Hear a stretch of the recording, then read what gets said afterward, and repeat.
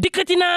gaal yéen kay bi média bi laaj kañ lay jeex turbine naan man tey geneen scandale a ngi nii moom nguurug Sénégal daal dafa jaay baax daal di jébal téeméer ak ñaar fukk waaye tam téeméer ak juróom fukki milliards jébal ko Bari Gold ak SGO yéen kay bi naan man fi mu ne OFNAC dugal na ci loxoom ngir ñu daal di xool dëgg-dëgg xaalis boobee fan la jaar ak nees la def ba daal di tabbi ci loxol ñooñee Sud Quotidien naan kon waxtu woowu ña ngay déglu sept sages yi ngir xam dëgg-dëgg ñan ñooy bokk ci élection présidentielle 2024 bii waxtu woowu Walf Fadjri daal di may xamal ne ca hôpital Abbas Ndao gannaaw machine bu fa paan xale yi nga xam ne dañuy def dialyse ñi ngi ci danger Sud Quotidien naan kon ma ne la réew maa ngi déglu sept sages yi ngir xool ñan ñooy bokk ci élection présidentielle 2024 yi L'Observateur naan kon kër Serigne Mbaye Thiam daal dinañ koy attaqué daal di menacer vigile yi daal di fa yóbbu ay téléphone professeur Babacar Gueye ne élection présidentielle yi am na cay njàqare moom constitutionnaliste bi ne bu ñu waxtaanu lu ne mën naa am ci réew mi Sud Quotidien ne ma ña ngay déglu sept sages yi daal laas naan kon en tout cas société civile ma ngay sàkku ñu respecté calendrier électoral bi moom société civile boobee te mu njaay si sa bokk ci Tribune yéene kaay naan maan Mimi Touré ma ngi koy tontu ca kaddu yi nga xam ne yëkk dina ko jor ko opposition bi Sud naan kon ña ngay xaar sept sages ci na leer bés bi le jour naan kon la war a foqee njëkk ci gaz beeg pétrole bi ci réewum Sénégal ak Mauritanie daal dinañ koy dàq ba ñetteelu trimestre bi ñu bëgg nag xam ñaata moo cay tukkee bañ ñu nax leen Libération yéene kaay naan kon en tout cas dàq geeg dàqaat gi daal mi ngi mel ni tulleeg male bii mooy ñeenteelu yoon ñuy daal di dàq lii nag daal di merloo Sénégal ak Mauritanie ba ñuy fas yéene xool nag yëraat bu baax a baax kayit yi ngir xool njëgu pétrole bi fan la daal di toll ci àdduna wërgal këpp Tribune yéene kaay naan kon booba ña ngay maye diggante téeméer ak ñaar fukk jàpp téeméer ak juróom fukki milliards ñu jébal leen ko OFNAC ma ni la dugal na mbir mi ci loxoom ngir saytu coow li lan moo ko waral Sud Quotidien naan kon way wa cëppandub teen ba gaaña amul baaga fi mu ne élection présidentielle bi lañ daal di soobu ñëpp di déglu baajo ki gaayam Vox Populi naan maan direction générale des élections moom ña ngay sàkku ci candidat yi ñuy daal di jébal ay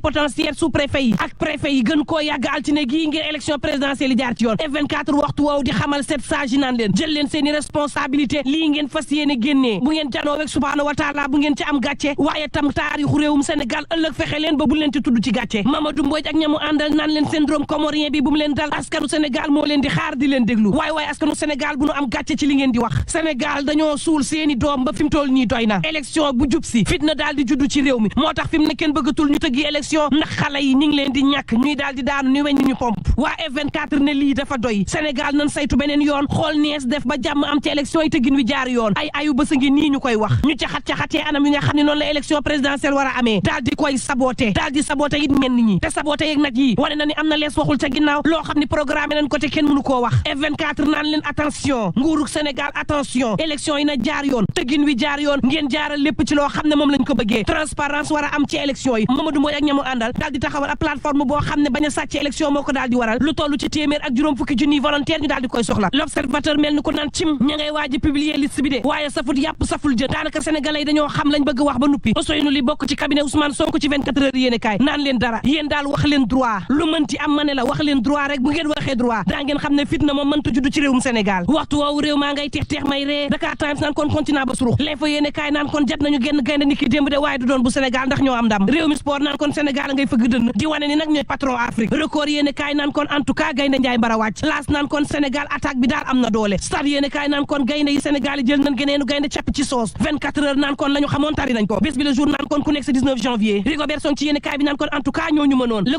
quotidien naan kon teex may ree démb Sénégal bégal na nation bi le soleil yéene kaay naan kon gaynde Sénégal yi ci boppam ñoo wane xarañte waaye tam daal di bégloo réew mi L'Observateur naan kon saribon diggante Ismaïla Sarr mi nga xam ne buteur la passeur la waaye tam di homme du match attaquant yi daal di yeewu Pape Gueye ñu sentir ko ci match bi Vox Populi naan leen ak lu mën a am jàpp leen ni vrai lion yi ci boppam ñoo daal di qualifié ci 8e de finale bi Walf Quotidien naan kon fanweeri at ak ñeent yoo xam ne Cameroun mi ngi ñuy jaay doole di ñu napp ak di ñu gëtëm fanweeri at ak ñeent yi ñooñu Sadio Mané yi effacé nañ ñu ko ni ki démb daal di xam ne ni Afrique genn gaynde fi am teyu Sénégal ak lu mën a am mbokk yi ñu ñaan jàmm te ndoog jàmm